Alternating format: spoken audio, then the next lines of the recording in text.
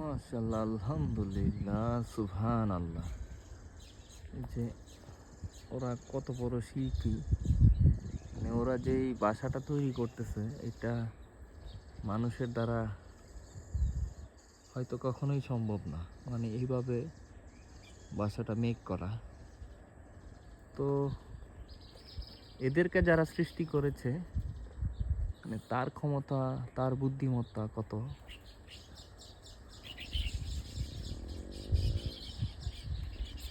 তিনি আমাদেরও সৃষ্টিকর্তা।